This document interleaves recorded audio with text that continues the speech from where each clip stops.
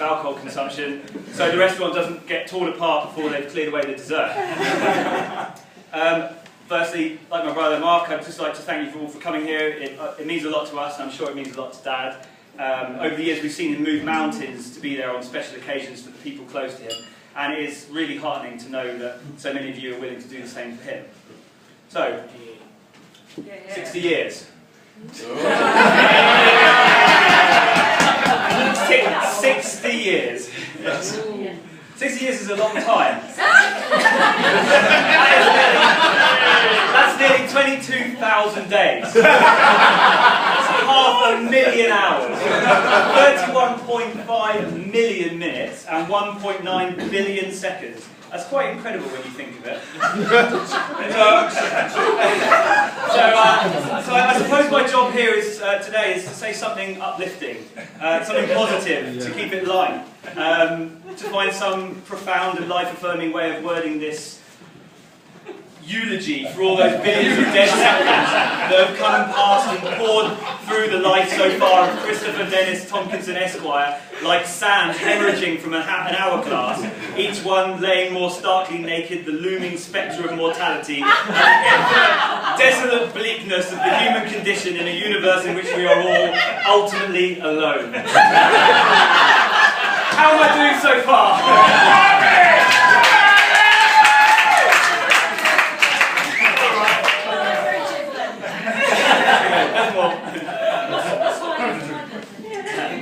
Yeah, I am available for children's parties. Okay,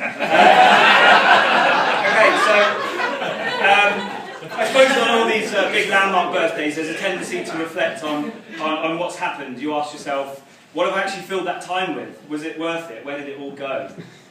Let's have a look. Age has always been a feature of Chris's life. Born at a very early age, he began growing older shortly thereafter. Having taken the questionable decision to be born in Nottingham, he then moved around the country to a variety of locations that I was unable to find on his Wikipedia page. Later, he found himself living on the outskirts of Birmingham, very much contrary to the prevailing wisdom of the time. And it was here that he contracted a serious and incurable strain of football masochism that has cast an ashen shadow over his psychological well-being to this day. At some point he met and outrun my mother.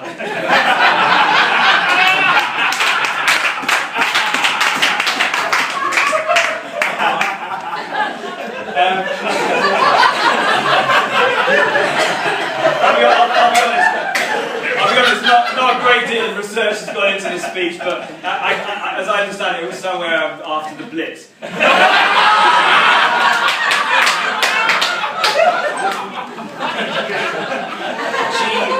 She evidently saw no alternative but to accept him as a husband, from which position he's cast his own ashen shadow over her well-being ever since.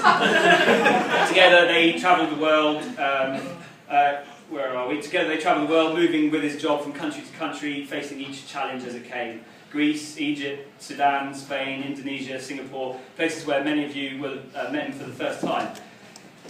And somewhere in between that, they found time even to make babies, through a process which I prefer not to linger on, but which I'm told involves some kind of stalk.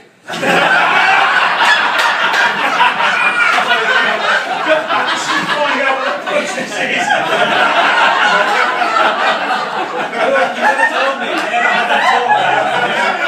If you just sat me down and explained, I wouldn't have a menagerie of stalks in my cupboard.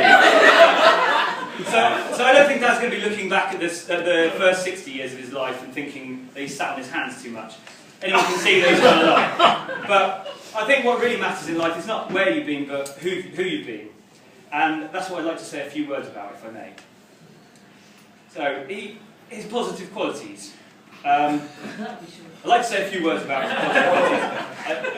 I did struggle. But I struggled to know which one to pick.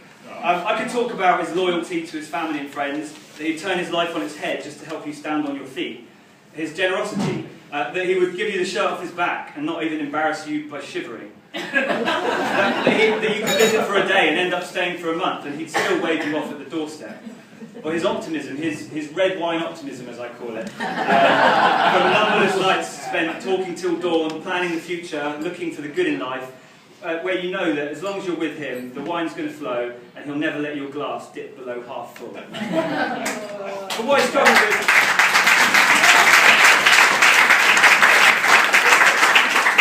It's your own time you're wasting. Come on, let's move along. So what I struggled with was a common theme, something to tie it together. So it was more than just a list of wildly exaggerated, largely fallacious attributes strung hastily together in the hope that he'll go all soft on me and pick up my share of the dirt. And then it occurred to me what I wanted to say. There's a poem. Don't worry, it's not one of mine. There's a poem that's always been quite big with Dad's generation. It's called If by Rudyard Kipling. I don't know if you know it. I'm not going to read the whole thing out, mainly because it ends in, "You'll be a man, my son," and it feels a bit weird saying that to my dad. But if you don't know it, it's about what it is to be a man and an adult, and if you can act in this way, if you can do this, if you can do that, then you will be a man. Now, I never really liked this poem personally when I was younger. It was probably a bit too sententious for me, and I was probably a bit too pretentious for it. But in spite of myself, I couldn't help recalling it over the years. Lines would just tumble into my consciousness at seemingly random moments. And as all poems are, it's tenacious, much like the person it describes. But some time ago, I realised what it was that was bugging me about it. I realised that I read it not as it was meant to be read, as a set of aspirational templates for how I should try to live, but it was more just a description about how my dad is.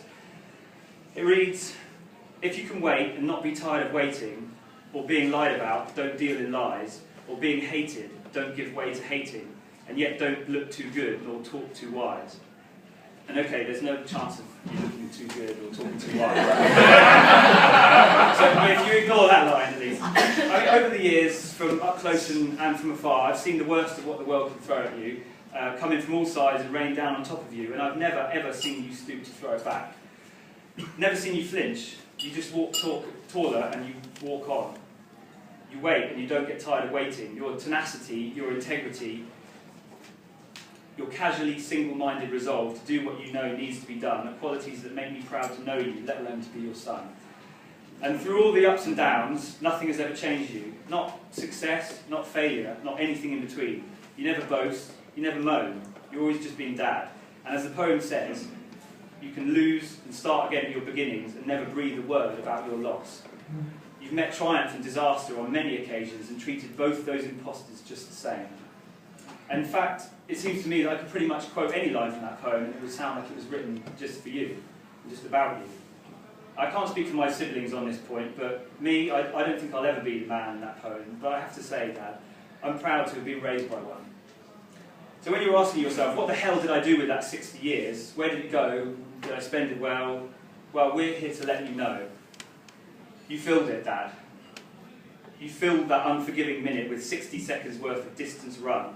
Each one of those 31 million minutes with 60 seconds worth of distance run. That's 1.9 billion seconds of running. You thought the old boy would have lost some weight.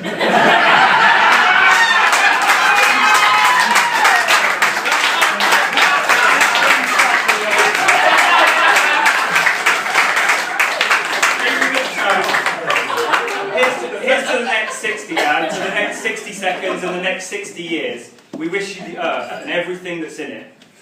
To Chris, our father, our friend, and, which is more, a man. To Chris.